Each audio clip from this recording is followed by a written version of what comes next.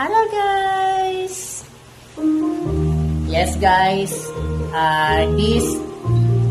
this noon, gusto kong ipahiwatig sa inyo yung kantang Kay Buti-Buti Mo Panginoon.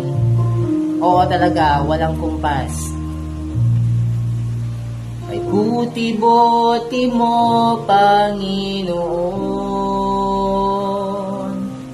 sa lahat ng oras, sa bawat araw, ika'y laging tapat kung magmahal.